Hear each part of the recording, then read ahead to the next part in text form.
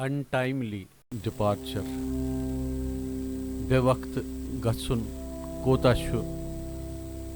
دُکھد آسان سُہ چھُ آز باس لگان پنڈت بھجن سوپوری جی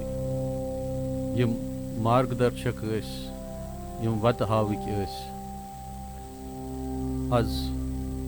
مےٚ چھُ یاد 47 ؤری برونٛٹھ ییٚلہِ بہٕ تِمو گۄڈنِکۍ پھِرِ ریڈیو سٹیشن بُلووہُس کویر اوس تِمن کرُن کیلاش جی تہٕ مہاراج کشن جی یس سۭتۍ تہٕ تمہِ خٲطرٕ اوسُس بہٕ تہِ اکھ پارٹِسِپینٹ یہِ چھِ ییٖژاہ اکھ جٔرنی مےٚ چھِ تمہِ پھِرِ بھجن جی یس سۭتۍ گۄڈنِچ مُلاقات سپٕزمٕژ پہلی بار 47 سال پہلے میں ان سے ملا اور تب سے آج تک کہیں نہ کہیں کبھی نہ کبھی ملنا ہی ہوتا تھا مجھے ان کا کمیونٹی سنگنگ پروگرام آج بھی یاد ہے انہوں نے کیسے ایک ٹیم رچی بنائی کیسے انہوں نے اس ہیوج اسٹیڈیم میں جو کیا گیا پروگرام اس کو کیسے بنا اس کا تانا بانا کیسے بنا ایک پرفیکٹ آرگنائزڈ مائنڈ ہی ایسا کر سکتا ہے یہ سب چیزیں ہم نے ان سے سیکھی آرگنائزنگ سکلز وہ صرف سنتور وادک ہی نہیں تھے وہ صرف کمپوزر نہیں تھے ایک نیک انسان ایور اسمائلنگ فیس چاہے کچھ بھی ہو جائے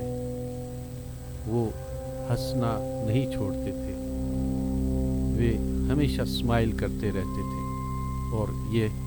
ایک گولڈن ٹریجر ان کے پاس تھا اور یہ ہم نے آپ سے ہی شاید یہ سنسکار پائے ہیں اور لاسٹ پروگرام مجھے یاد نہیں ہے پھر بھی کمانی میں ایک ہیوج کانسرٹ ہوا تھا اس میں ہم نے بھی شرکت کی تھی شری نگر سے آرٹسٹ آئے تھے اور شیوی دیو آزاد کے ساتھ میوزک البمز ٹی سیریز کے اسٹوڈیو میں ایک اور کوئی اسٹوڈیو حضرت نظام الدین ریلوے اسٹیشن کے پاس یاد نہیں ہے مجھے پھر بھی کچھ تو الگ بات تھی پنڈت بھجن سوپوری جی کی مجھے جو پہلی کمپوزیشن انہوں نے سولو کمپوزیشن لیڈ کرنے کو دی 30-40 سنگرز کو لیڈ کرنا تھا ایک نعت شریف تھا جس کو نند رشی کی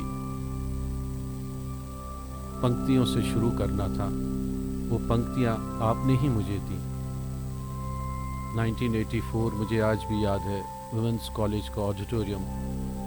وہاں اس نعت شریف کو بہت سراہا گیا اور کیوں نہ سراہتے آپ نے کمپوز کیا تھا